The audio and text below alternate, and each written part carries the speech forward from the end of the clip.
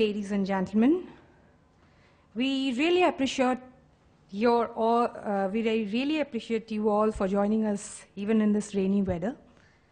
Aspen India's constant endeavor to discuss diverse range of issues and topic has brought us back today again to discuss on this subject, 21st century diplomacy. Our distinguished panel for today's evening includes Ambassador Kishan Rana, author of 21st Century Diplomacy, a practitioner's guide, and former Indian ambassador to Germany. Our chair for the evening, Ambassador Chinmay Garekhan, who was a former Indian ambassador to the United Nations and former special envoy of the Prime Minister of India for West Asia and Middle East peace process. Dr. C. Raja Mohan, Distinguished Fellow at the Observer Research Foundation and a contributing editor of the Indian Express. And Inder Malhotra, former editor of the Times of India. Over to you, Chair. Over to you.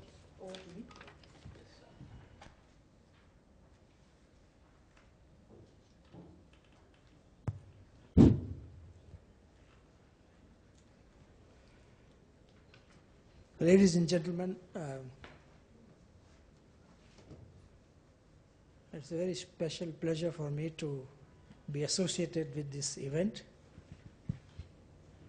and to be asked to kind of chair it. I've been given this honor because I'm the oldest of the three or four gentlemen on the dais here. No. Don't misrepresent. Well, that is what one does now in India these days. Ambassador Rana, in addition to being a highly successful practitioner of diplomacy over a period of 3.5 decades or more, has turned himself into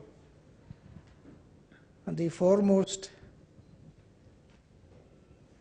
creator and innovator of this science or art, I don't know what you call it, of the theory and practice of diplomacy. He has become he is now a theoretician par excellence of diplomacy. I don't know what inspired him after his retirement to branch into this particular line. Maybe he was looking for something to do post-retirement. As we know, many of our colleagues here are retirees from the Foreign Service. And we know that there is life after retirement, and a very good life too. So Ambassador Rana, I think, decided to find a life of his own. And he has really, I think, emerged as the foremost authority in India, and one of the foremost, I think, in the world on diplomatic theory and practice. I'm not going to go into this book at this stage because I think we would like first to listen to the author and then to the other panelists. And I'll reserve my own thoughts toward the end, if you don't mind. But all I can say at this stage, it is an extremely comprehensive book. And I wouldn't have thought that there are so many aspects to this business of diplomacy that you have described in this book. So I would like to extend my warm congratulations to the author for producing this book. This is not the first book that is produced. He has produced at least half a dozen more so far. And at the rate at which he's going, I think he will have produced at least 20 more by the time he is done. Done writing, I mean, not anything else.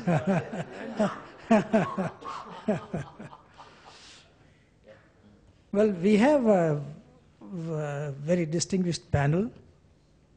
Gulshan had promised that she was going to introduce the panelists so that I won't have to do it myself. And she did not live up to her promise or her commitment. But still, I'm not going to take your time and waste my breath in introducing the panelists, because both of them are so well known to all of you here. So it would be superfluous for me to attempt to sing their virtues to this audience. So I think let us get going. But and start with Raja Mohan and in the you will be at the I'll end? be at the end. End meaning after me or before No, me? before you. Before me, okay. So Raja, up to you first. Are you going to go there? Yes. It's always nice to speak last, but now the order has been changed and I'm pitchforked into speaking at the beginning. Firstly, let me say it's You speak as long as you want. No, I'm telling you, I'm chair. You speak as long as you want. Sorry. Thank you. It's a great pleasure to be here this evening, to be associated with the discussion of this book. With a room full of diplomats, so many of them, most of you know, it's quite presumptions on my part to speak on a book which is called 21st Century Diplomacy, a Practitioner's Guide. But at least some of us, Mr. Inder Malhotra has done it for much longer, almost half a century covering the Foreign Office. I've done it much less. But I think this book is not just meant for diplomats. While it is a practitioner's guide, but I think for anyone who's interested in the business or art of diplomacy, I think this book is a great introduction. And I think it's a book that at a time when that there is very little work on the actual craft of diplomacy, that I think this book is going to be a very valuable tool, I think, for those who pursue the craft and those who cover the craft, people like us who are interested in the way nations conduct diplomacy.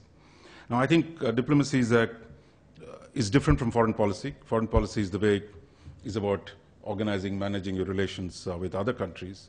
Diplomacy is about how you do it. So one is the policy, the other is actually the craft. I mean, how do you actually go about doing, managing, negotiating, working out things with other countries. Now, in the last few months, I mean, I think we've been having quite a bit of debate on the question of the expansion of the Indian Foreign Service, that in a changing world, in a changing India, that we don't have enough basic bandwidth or basic capability and resources for India to conduct its diplomacy. Now, I think this debate is about the size of the Indian Foreign Service, how does Indian Foreign Service expand, how do we reorganize our diplomatic structures to deal with the rest of the world. But that debate is not about the craft itself. In fact, there's so many seminars in Delhi on India's foreign policy or what's happening in the world, but very little on the craft itself. So in that sense, I think this book brings a very different approach, and I think much neglected, and I would even say much misunderstood part of much misunderstood business called diplomacy. As most of you know, I mean, there are any number of jokes on diplomacy and diplomats that what you call diplomacy is 90% alcohol and 10% protocol. That kind of or a diplomat who lies abroad, or diplomacy is lying in state. Now, I think that kind of generalized remarks, and I think often misrepresent, I think mischaracterize the complexity, I think, of the skill itself, of the craft itself, which is, and I think to understand that, I think this book is a great beginning. Now, I think that diplomacy, I think, whether we like it or not, whichever way we characterize it, is the key instrument by which one society deals with another society. And that we're not still in a one world, so we're not, the whole world is not under one state. Ever since you had humankind organized itself in communities, then the question of how does one community, one culture, one organization, I mean, this is long before nation states came into being, how does it relate to another one? how does it communicate? Are there protocols in a computer sense today, that are the standard templates or the standard procedures by which you communicate, engage, talk, negotiate, arrive at agreements with other societies? So in a sense, it's one of the central aspects of human organization. But it's really with the emergence of the Westphalian state system in the 17th century that much of the modern diplomacy has actually emerged as an institution, as a process, as a way of engagement between different societies. And I think in the process, we also carved out, a whole set of procedures, of actually systems of how does one prince, one sovereign communicate with another sovereign. So when you talk about protocol, the question clearly is, how do you recognize the rank? How do you establish a hierarchy in terms of who you're dealing with on the other side? So these are not merely a nuisance. It was David Lloyd George who said, look, diplomacy was invented to waste time. Now, the politicians have, no time for the kind of process and procedure that diplomacy represents, and what a diplomat would insist on, a correct or a proper way of dealing with another state. So I think, but today, that if diplomacy is actually about finding the appropriate way and doing it in a graceful style, that unlike many other professions, I think diplomacy is actually probably one of the most gracious professions, and where you have to credibly communicate the intent of one state to another state. That it is the process of credible communication, and where you introduce imprecision into this language. It's also deliberate in a sense that given a state's thinking at one point of time, how do you relate that to another state? How do you communicate your intent? So therefore, it's quite a craft in terms of a precise, credible communication of intent of one state with another, and that requires, in many ways, much hard work beyond the alcohol or the style and the grace that we associate with diplomats. And I think, so when they're holding a glass in the evening, they've already put in 10 hours of work, presumably, during the day, doing the real work, and the need to engage the other state societies, etc. Now, coming to the book itself, I think the book has three parts to the book. The first part looks at the changing ecosystem for modern diplomacy. The second part looks at the institutions and processes that how they're adapting to the changed ecosystem. And finally, the final section of the book deals with the specific craft itself in terms of the skills that are needed, and that how you need to build them. And I think these three parts, I think very briefly, the first part, that the classic Westphalian system is no longer with us. So much of the way in which the diplomacy is organized today is struggling to cope with the new ecosystem that's emerged, the globalization, the demands of most economies are getting interconnected, and the whole challenge of dealing with the whole range of issues that today have emerged in the international society, that is a completely new challenge. And it's not just globalization, even regionalization. That in many parts of the world, that there is regionalism, regional institutions have become very primary. Therefore, how do you deal with the whole challenge of regional integration that has taken place? Even 10 years ago, the Indian Foreign Office wouldn't use the term integration. It would say cooperation between sovereign states. But integration, when your economies are integrating, it's a very different world out there. And how do you adapt to that new situation? And here, I think, when you're talking about the changing ecosystem, there is also the whole challenge of transborder issues, starting with climate change, or any of the other kind of issues, that global issues that have come. That has created a whole set of demands on diplomacy. And then you have the movement of people, for example. Our foreign minister these days, and the Times Now channel, of course, ready to jump at the slightest thing that happens to any Indian abroad, right or wrong. I think, but the fact is, more and more Indians are living abroad. More and more Indian citizens are working abroad. Same thing is happening with the Chinese. But therefore, the whole question of how do you deal with diasporas? How much do you go to defend them? Or would you like someone else questioning how India treats its minorities? Where is the balance? How do you deal with the reality of your diasporas, large numbers of citizens of one country or people of origin of one country living in another country, because in a globalized economy, the movement of people has taken place. So I think it is these kind of issues that the first part of the book deals with. In the second part, you have this whole exposition on the institutions and processes. Must the MEA, as the headquarters, as the Foreign Office, how do they respond? How do they need to adapt to the new circumstances? Then the whole question of how has the embassy functions have changed? Somebody said once the telegraph was invented, the embassies were dead. And somebody said, look, Xerox machine killed diplomacy. That kind of quotes apart. But the fact is, the nature and the organization of the embassy itself, as the principal representative organization dealing with another society, how that has changed, how that has to cope with. And then the whole question of the consular work we've just referred to, more diaspora, more consular work, and how do you deal with those issues? That's the second part of the book. And the last part of the book actually deals with the craft itself, the skills. And I think it's quite an exposition in a sense. Normally, many of us take this for granted. Many of us, as someone who's dealt with embassies or traveling with diplomats, RG, when they keep talking about RG, I mean, what is RG? Representational grant. There's a whole chapter on representational grant. What is the origin of this? How do you use this? What is the best way of doing it? I mean, there's a whole detailed thing. For example, there's another one on how do you draft resolutions? What are how do you generate creative ambiguity? In fact, what I've learned covering the Foreign Office is that there is a whole way of reading when the MEA puts out a joint statement or a declaration, because they put in so much work. Much of it sounds very, banal. Most of the time, because the whole effort is to dumb it down, that it is so banal, it appears so banal, but the question of reading the in between the lines of the words actually used, the issues not mentioned sometimes are more important than the issues mentioned. So there's a whole way of actually drafting, so the skills of actually drafting a joint statement, I mean, in a way, or a resolution in a multilateral setting. What are the words you use? What's the difference between condemn and deplore?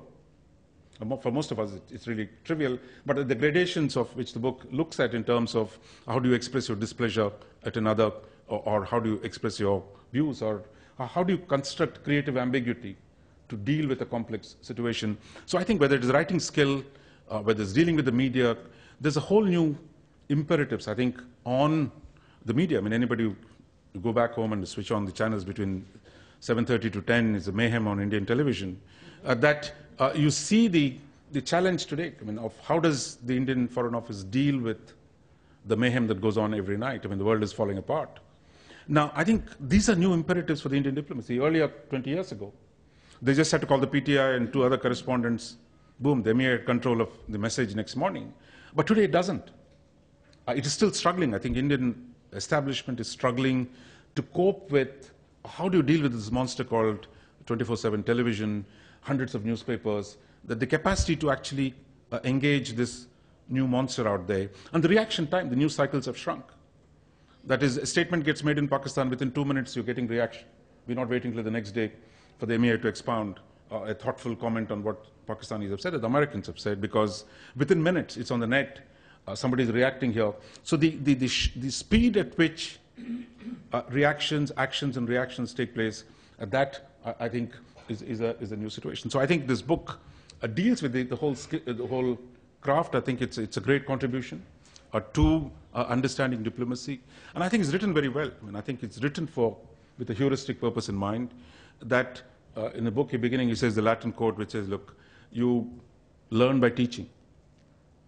Teaching forces you to come to the terms with the basic concepts and to put them very clearly. And the book is structured very nicely in terms of putting with the executive summary in the beginning, putting boxes, putting ways in which it's easy to learn.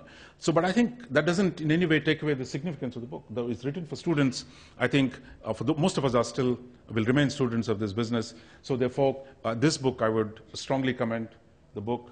Because I think it's a great addition to the literature, particularly in a domain where we've had so little contribution to understanding the craft of diplomacy. So let me complete my presentation by congratulating Ambassador Rana for coming out with this book. Thank you, sir.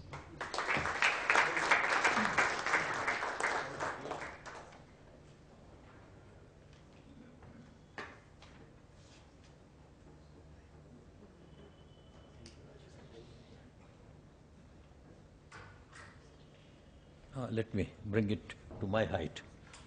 Mr. Chairman, Kisan, Raja, and all dear friends, and some of you are very old friends. Now, quite honestly, I am not very qualified to speak on this book and the subject, although I've enjoyed it immensely and I'll speak at some length. The reason is that I am neither a practitioner nor maker of Indian foreign policy, certainly not a professional diplomat. Although, Mr. Chairman, I believe that someone who shall remain nameless made a point to the contrary to you, but that's a different matter. The point is that I am a mere observer, chronicler, and at times commentator on Indian foreign policy, its practice, its diplomacy, and onwards, and I've done it now, as Raja very kindly said, for more than half a century. Yet, when Kisan asked me to come and join here and speak on the book, I readily agreed. Why? Because of my admiration for his performance, A, during the period when he was ambassador and in the profession and indeed practitioner, and B, as you hinted, Mr. Chairman, after retirement, it was 13 years ago that I first attended the launch of his first book.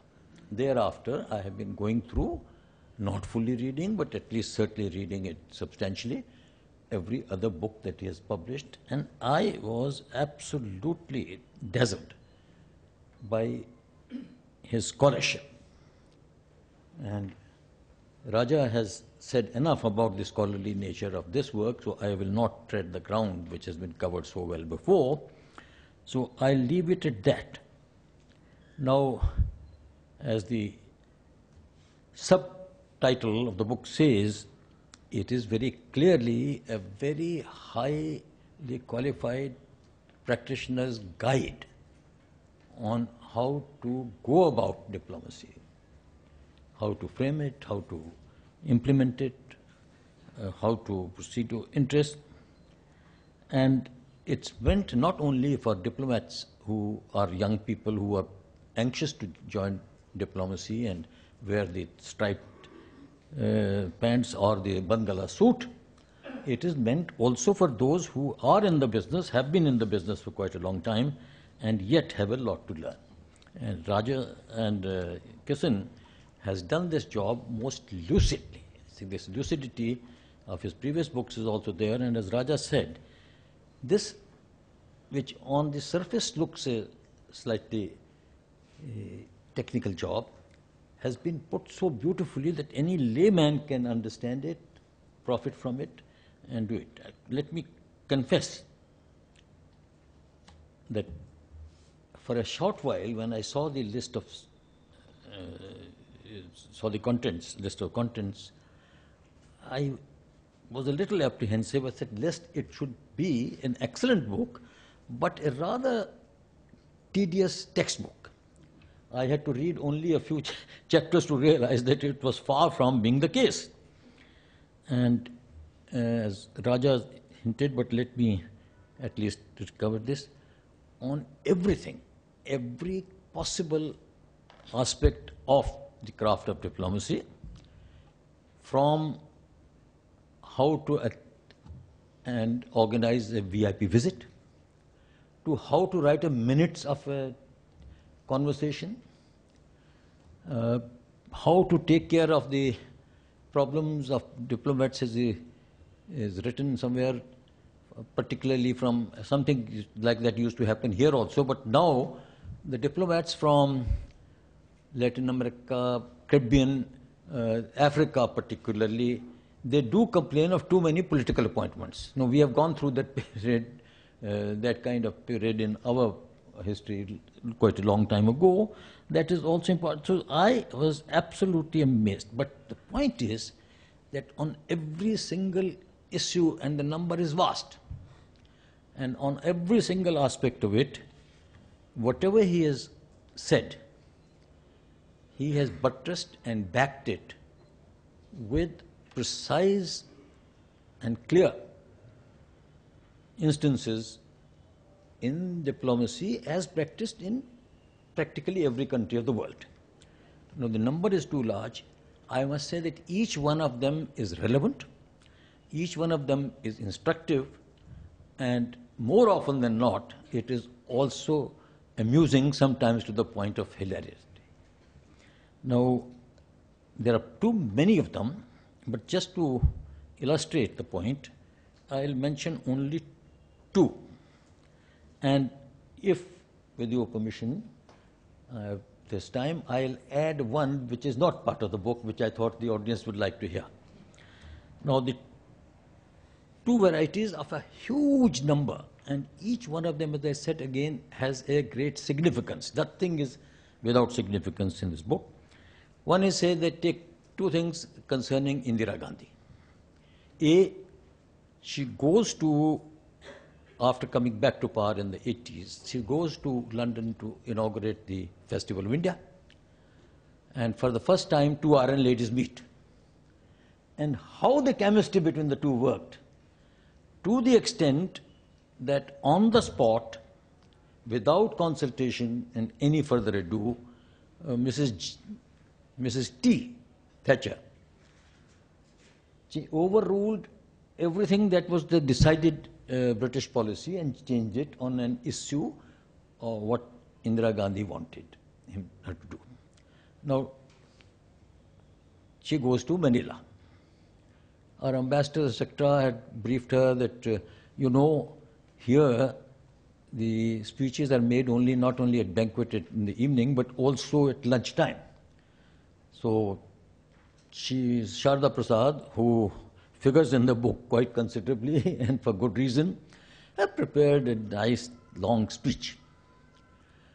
When that lunch ended, Marcos got up and made a very witty, totally unconcerned about big partial issues, but very entertaining speech to welcome her.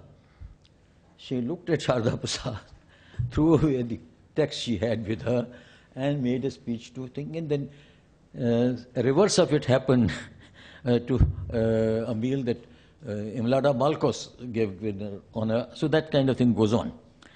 The other, I think, which is more vital and I think more relevant to the duties of ambassadors, are what happened in Thailand at the time of tsunami 2004.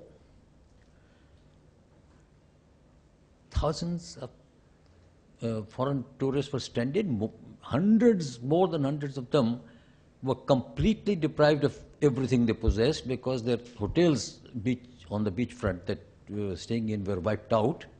They had no money. They had lost their plane tickets. They have no passports.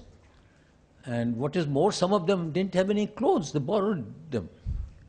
And how beautifully the Thai government, I think this is worth reading because this is a kind of complaint one gets about particularly some embassies, although work is very nicely done there, that they, in a clockwork manner, they saw each one of them home. They just, when they reached Bangkok, when they managed to get them to Bangkok airport, all they did was to give them a boarding pass without asking for any passport, any kind of identity, or any money, or any ticket. And they all went home.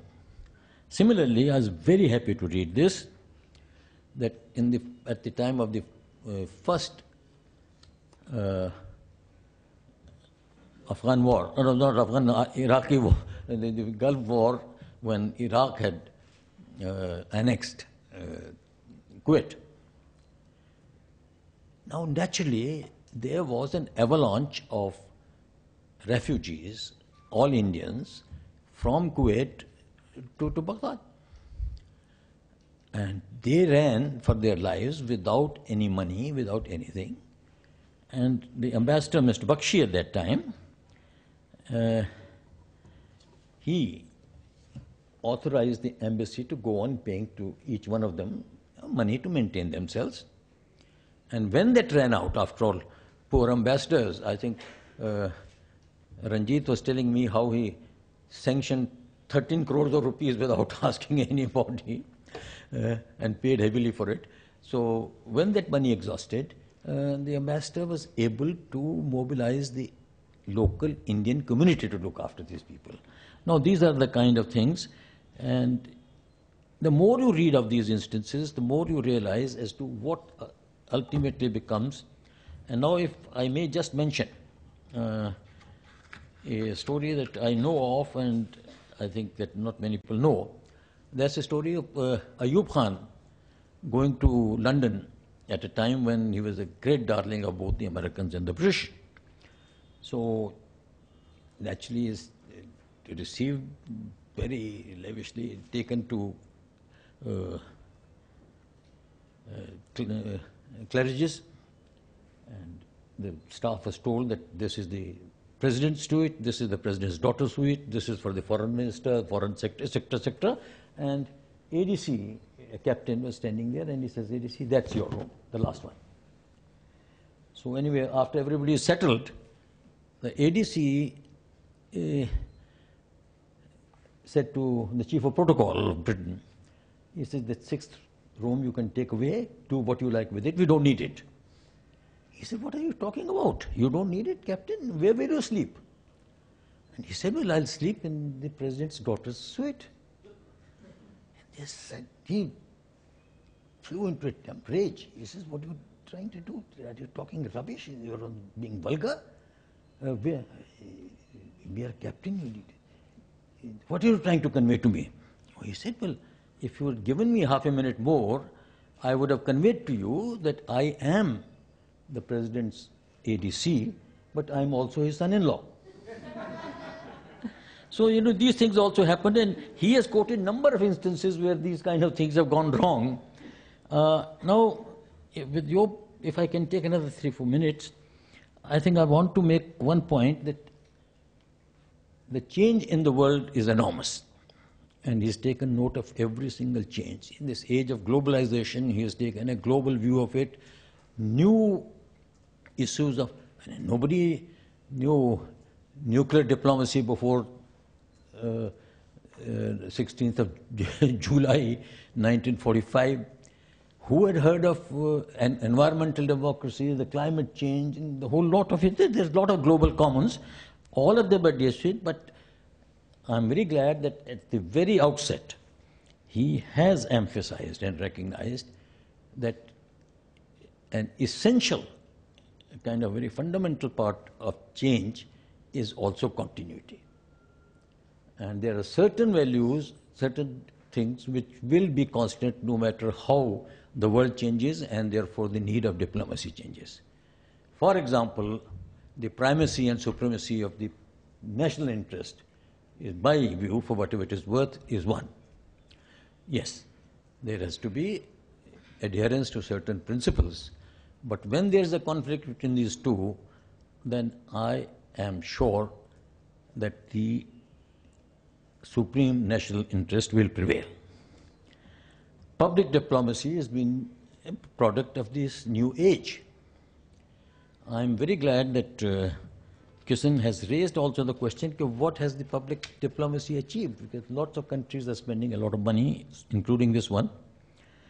But I am afraid that the result is not very impressive, in my view. Precious little has happened. Yeah, he has raised the question of domestic politics influencing foreign policy and the conduct of diplomacy. I think that is a very important subject. Now, it is said that all politics is local and all foreign policy is domestic. And I'm afraid there's a great deal of truth, though not exactly that. But in our case, for example, lots of things happen.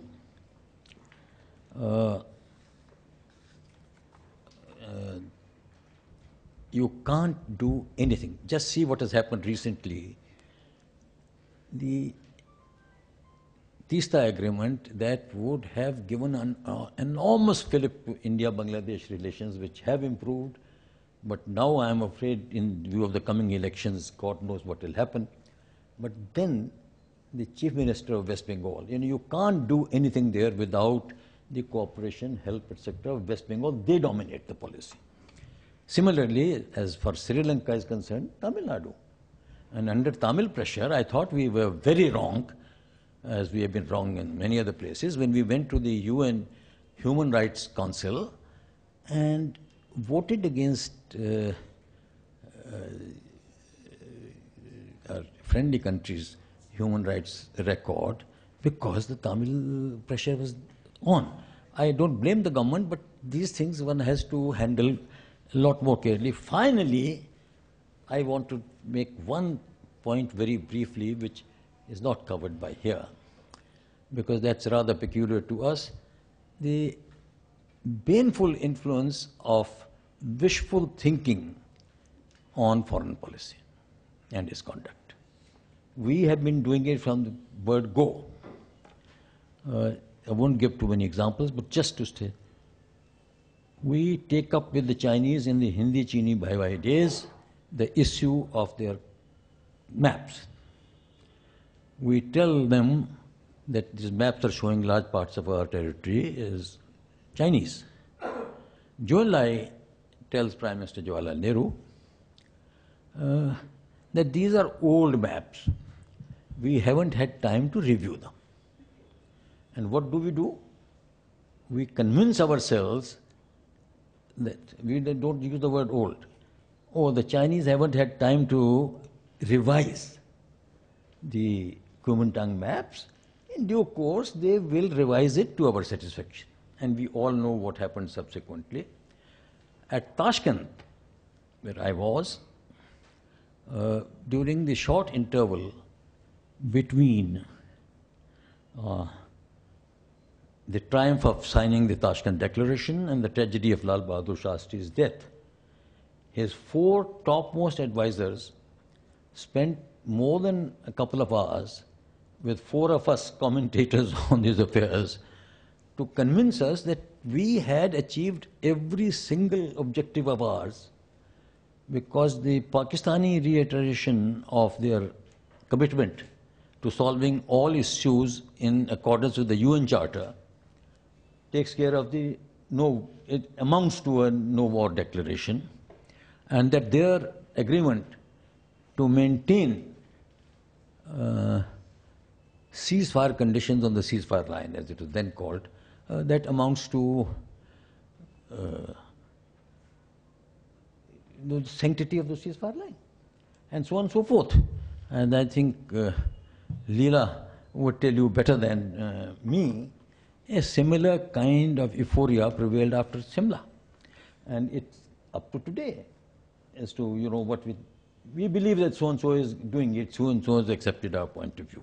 I think I've taken more time than I should have, but I must again compliment and congratulate Kisan Rana, and please keep on doing it. You are a much younger man than I am, and therefore you have plenty of time.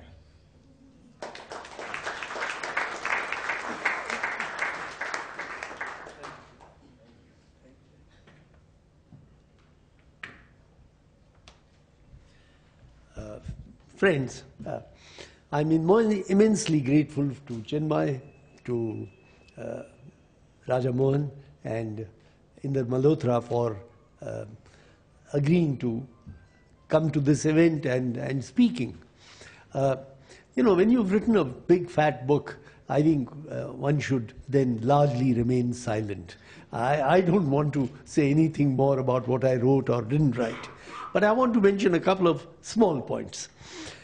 Almost 13 years back, when I invited Inder to come to the launch of my first book, he began his remarks by saying that he has a simple test for any book.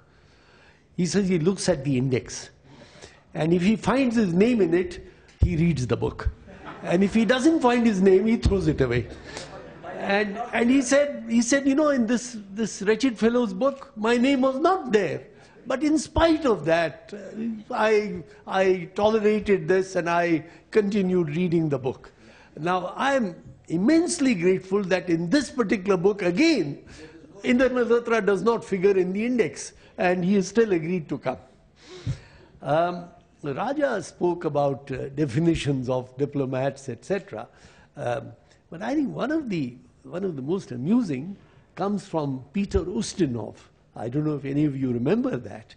He says an ambassador is like a head butler who is allowed to sit down from time to time.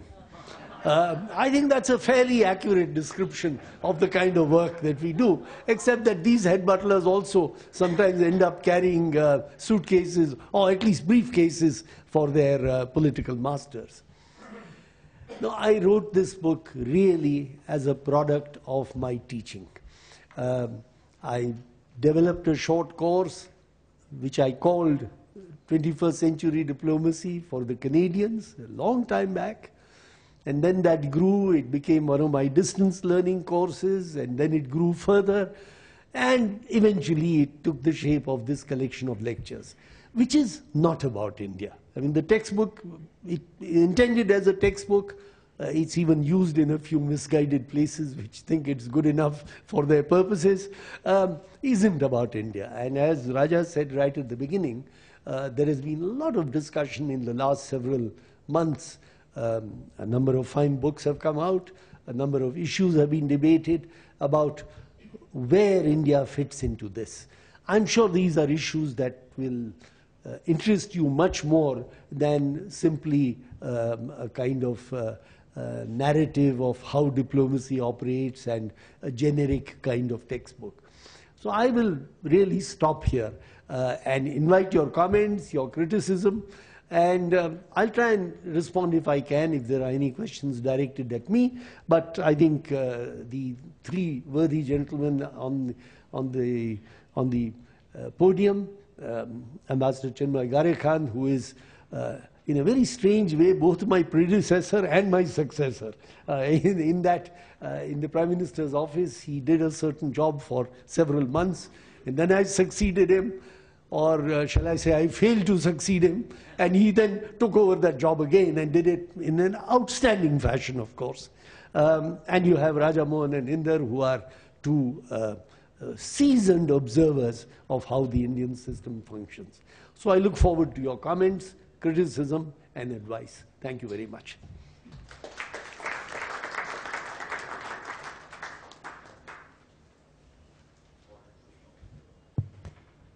Well, this butler is going to keep sitting.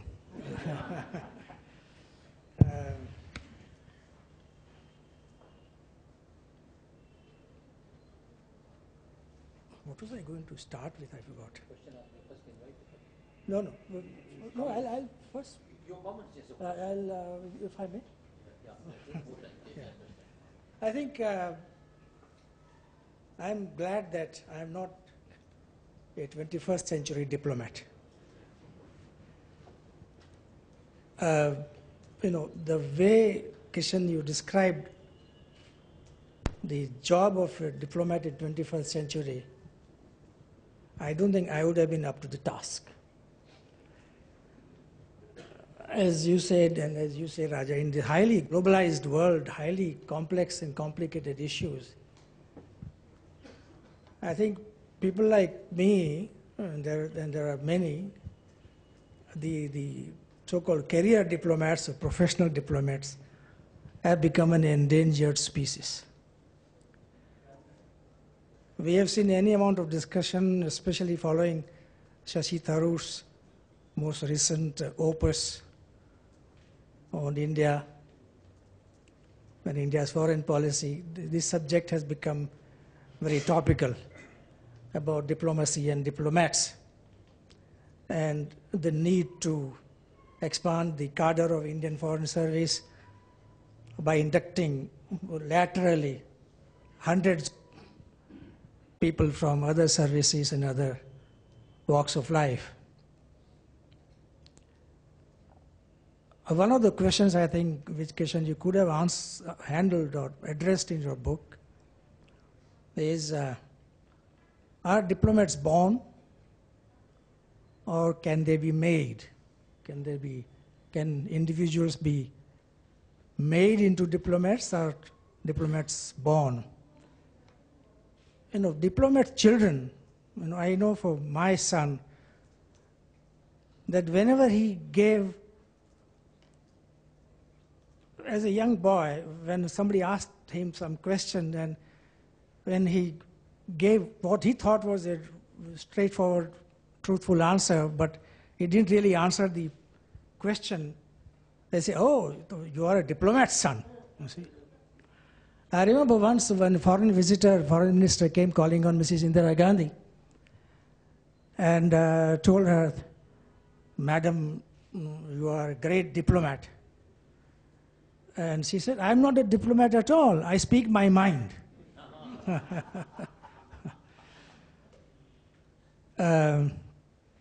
So I think that the diplomacy in 21st century has become infinitely more difficult, I think, than it was in 20th century.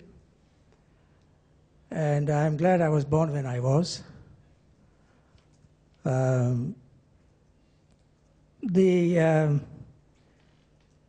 think both the speakers previous to me said, and especially Inder said, that he doesn't make policy. Well, I beg to differ. When you write, or when Raja Mohan writes a column, and when Raja Mohan advises the Prime Minister that when he goes to Bangladesh, he would be well advised to take up the following issues. And I'm sure, but that proves even my point even more. You see, the Foreign Office knows that if it directly conveys this to the Prime Minister is not going to pay attention to that. But when Raja Mohan writes that, it is taken very seriously. So you do make policies.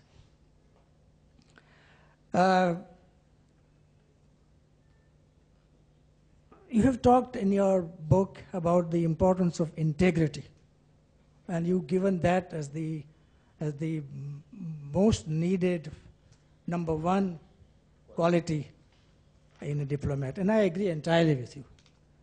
I think it's very important for a diplomat to be credible in what he or she conveys to the interlocutors. And I have found in my not too short an experience in the United Nations that especially there it becomes extremely important. And if you have given your word to, Ranjit will bear me out, if you have told a fellow diplomat from some other country that you will abstain on resolution or whatever position you are going to take, and then subsequently if you get some contradictory revised instructions from your government, it becomes very delicate. So of course, the straightforward thing is to go and tell that diplomat that I'm sorry I got new instructions and I cannot abide by my commitment to you. But I think that it's very important to be honest and straightforward. So diplomacy is not really about lying abroad for the good of your country. I think it is being abroad, being truthful abroad for the good of your country.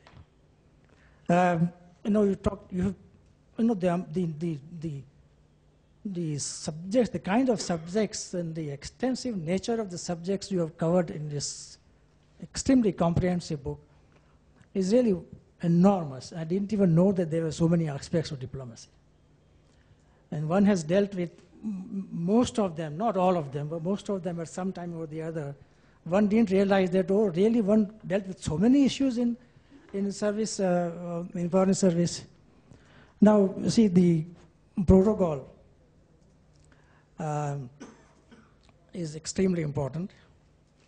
But here the practice differs from country to country. And in many countries, especially Europe, I think the ambassador of the country accredited to that country ranks very high.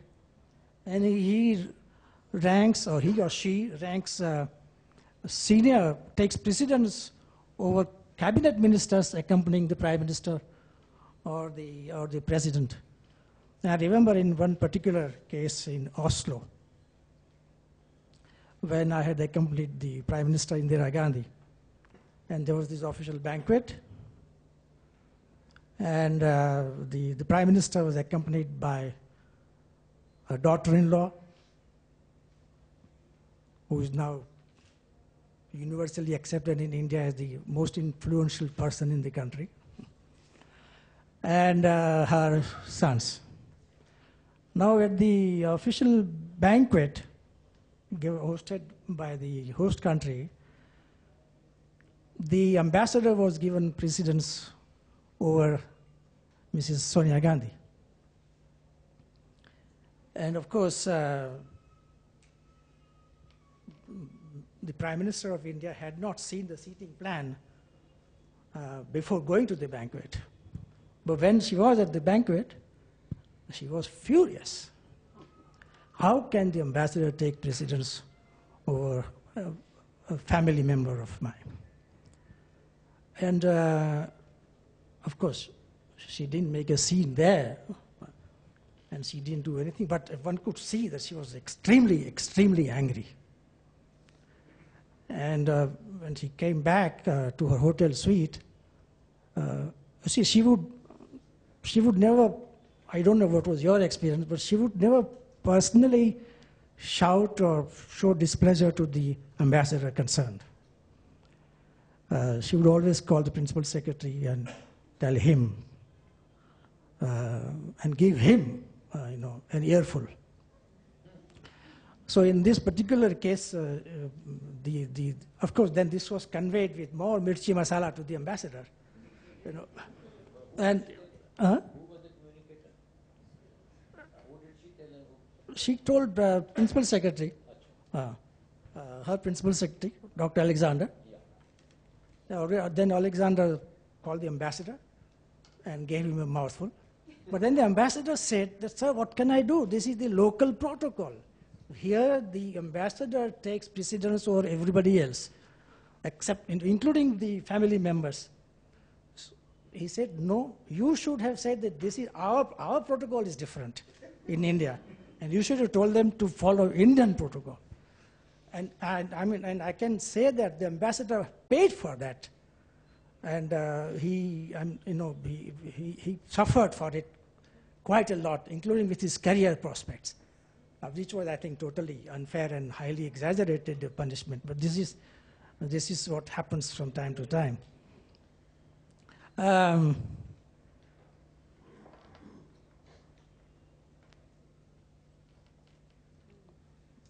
Yeah, well, there's talking of protocol, there was this Indira Gandhi, Prime Minister, had hosted a dinner in New York, the United Nations, in 1983. She was at that time chairperson of the Non-Aligned Movement.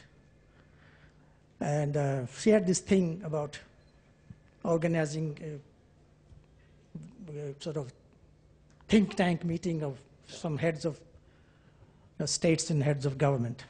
And she hosted a dinner for several of them. Now, it was a very dicey thing, this protocol, who will sit at what table and so on. So of course, she was the head table. Hers was the head table. And she had Mrs. Hosni Mubarak at her table. And President Mubarak was seated at another table, where down that table, the host was the foreign minister. Now, Hosni Mubarak was livid. He was absolutely livid. And he wanted to walk out. He threatened to walk out. He was very, very upset.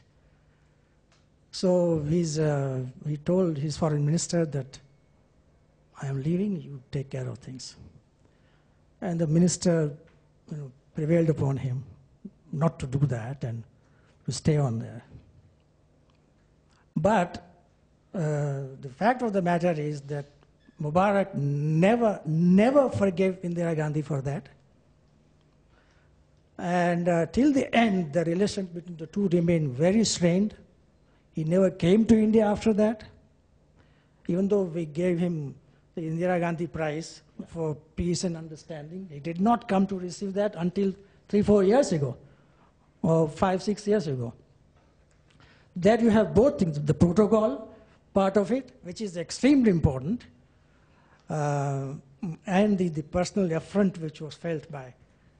And then, then we went and told her that, this is what has happened. She said, but Mrs. Mubarak was on my table, so what was the problem? She didn't see any problem in that. But that was for that. So I think I'm not talking too much about your book, but this is, but you see the,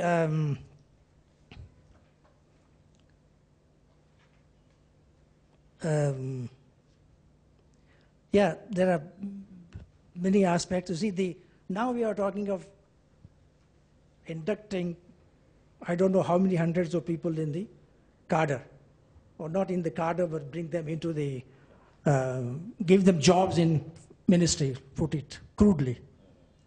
This subject, I think, is a rather sensitive one for the regular members of the Foreign Service. Their promotion prospects may be affected and so on and so forth. I think it's a very legitimate concern which our colleagues, today's colleagues in the Foreign Service have.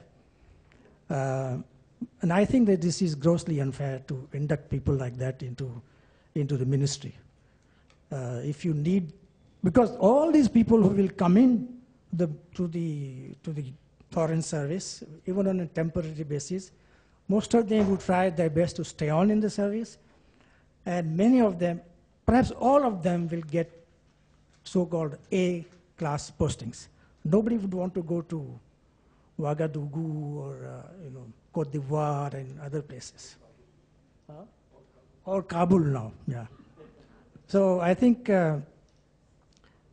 this, the only answer is to expand the cadre gradually, and we have an expert sitting on the cadre over there. So I think that's the only answer. But I think some temporary induction might have to be done because we are woefully short of ambassadors in the service. Yeah. Well, why didn't you write a piece about that? Yeah. Yeah. Well, I think you talked about this. The dress and the bandgala that we have. I remember I read it, I think by a column by you, in your column maybe I read that the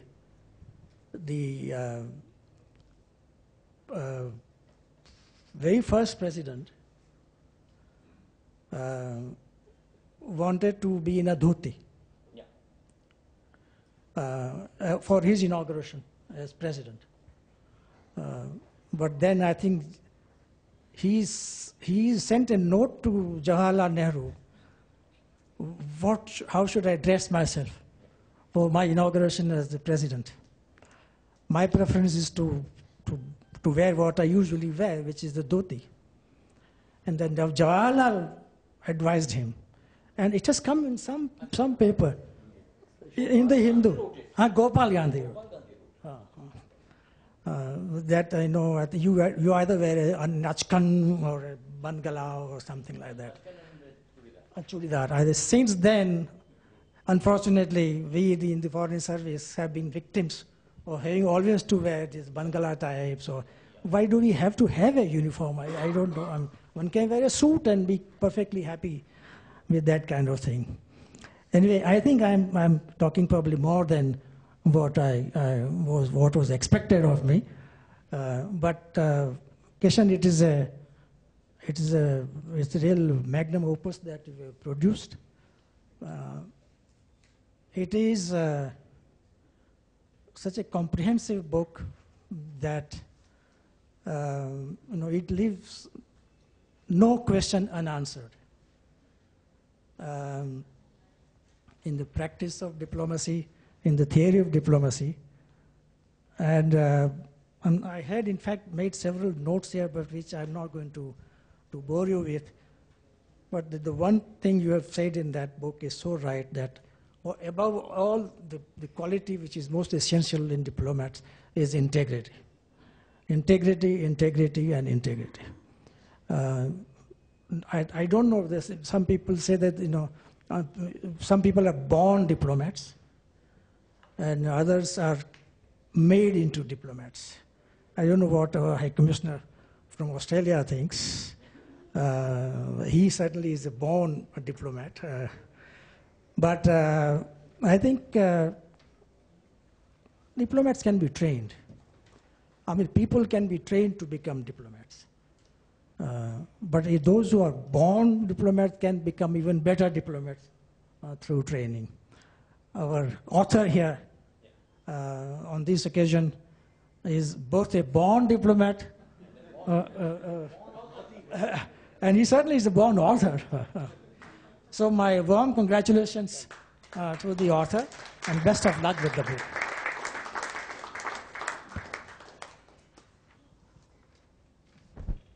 Now, if anybody has any questions, comments, we can take those. Author is here. Economic statecraft today in many practical ways. The joint councils they run, the eminent person groups that they run, strategic dialogues that they run. Aspen India runs several strategic dialogues. Number of other non-state actors play a role, academic institutions, the media, scholars, NGOs. NGOs like CUTS of Jaipur is an important instrument in projecting Indian views on global economic issues and WTO issues. So all that is going on and it's pretty active. But it needs to be done much better in a more organized way, in a more sustained way. My colleague Kiran, I will just give you the example of Brazil. Under Lula, when President Lula took over in 2001 or so, he decided to greatly expand the footprint of Brazil's international presence. And about 30 new embassies were opened. They needed more people. And they did something which we've never ventured to do. Normally, they take 25 to 30 people in the Brazilian diplomatic service every year. They stepped up a recruitment for 5 years to 100 per year. So, within 5 years, they had 500 warm bodies into the service. Of course, it creates problems for promotions and all kinds of things. But they say, we'll deal with it. It's not such a big issue.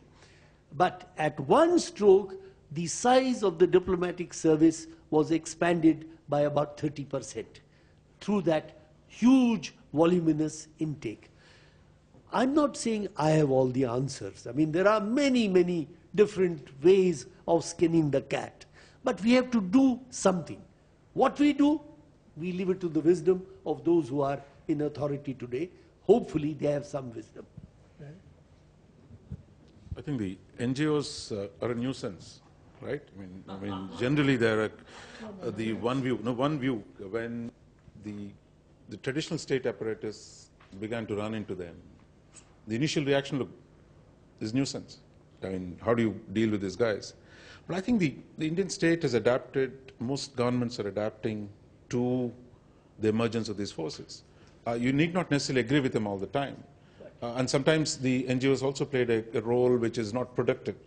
I'll just give you one example. I mean, the two treaties, actually, the NGO initiated arms control treaties. Arms control, traditionally the preserve of very closed states' military policy, both the Landmines Convention as well as the cluster munitions. The two treaties, a lot of Norwegians and the North Europeans love these the organizations, and there's a lot of support for them globally. But in the end, you produce a treaty which no major state actually accepts. That is, you have a treaty which is radical, but you have US, India, China saying, thank you very much, we're not going to be part of this because our policy is, we're not going to give it up. So I think in terms of the actual effectiveness, today the same thing has happened with the Arms Trade Treaty that negotiations have just completed, that the attempt, the heightened consciousness of the NGOs, the attempt to push a radical agenda, sometimes ends up with results which are actually the major powers, which represent more than 70% of the population of the states, don't actually abide by it. So I think it's not unmixed blessing in that sense. But I think the fact is today people are getting used to it. By the state, Indian state, sometimes it has to insource, sometimes it has to outsource. That you share today, the amount of business is so large that state can't do all of it. I mean, that they will take the support of CIA, FICCI, whoever you can get. A state sometimes sets up its own NGOs, like in Geneva we know. Pakistan has its own NGOs, India has its own NGOs, lobbying the rest of the diplomats on Kashmir or whatever it is. So I think, you can also buy NGOs. So I think it's not a pure a category that exists out there, but it's a much wider. And I can tell you that I once belonged to an NGO called the Communist Party of India, Marxist, whatever, that there are other forces that have operated in the past, the Holy Roman Empire, Catholic Church, that some of these forces are quite old, that have challenged the states. But I think today, the peak of that challenge is the states have, I think, prevailed in the end. The capacity to adapt remains pretty strong. So I think today NGOs are interesting, they're an important part of the landscape, but I don't think they've acquired any kind of capacity to undermine the state structures in any fundamental sense. Well, I think we are going to end here with the last word remaining with the chair. I think there is no doubt that the career diplomat is an endangered species.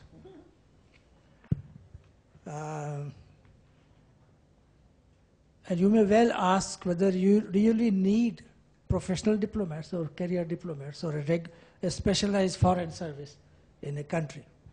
And people have asked these questions in the past. I know in my time, which was several hundred years ago, there was a serious proposal to have only one service, foreign service and IAS combined, merged into one. Yeah. There was a very serious consideration of that question. Fortunately for us, Mr. Nehru was the Prime Minister as well as Foreign Minister. And so the Foreign Service retained its separate identity. But there was a very serious discussion in the country whether the two should not be merged. And already I think in fair-sized missions, the professional diplomats are in a minority. And I think places like London or Washington, they may be in a minority of 20 or 15 or 30 even, very, very small. And I don't think one should grudge that. I think I have no problem, even if I have problem, it won't matter one way or the other, but I have no problem in lateral entry. We need specialized people.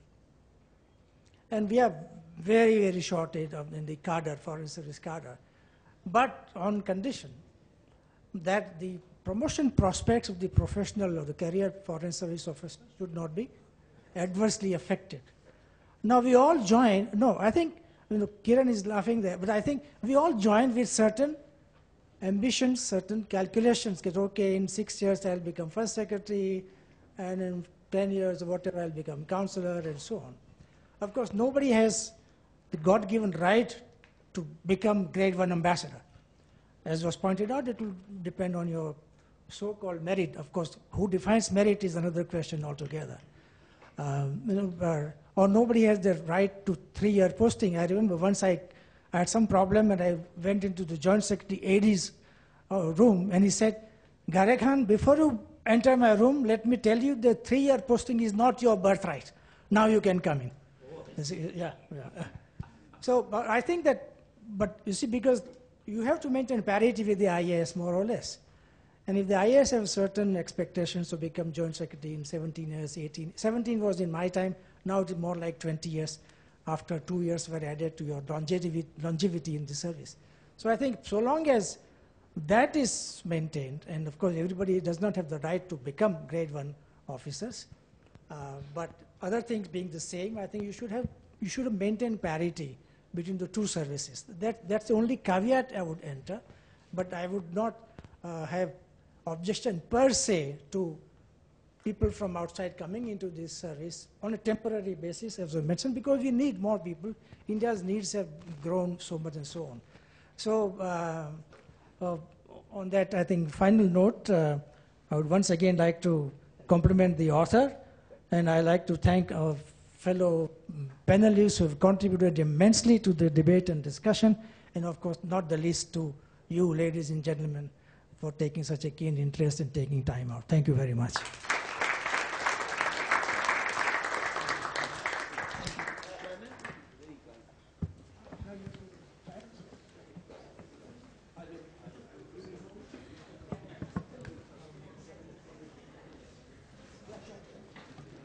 Ladies and gentlemen, please join us for tea and coffee.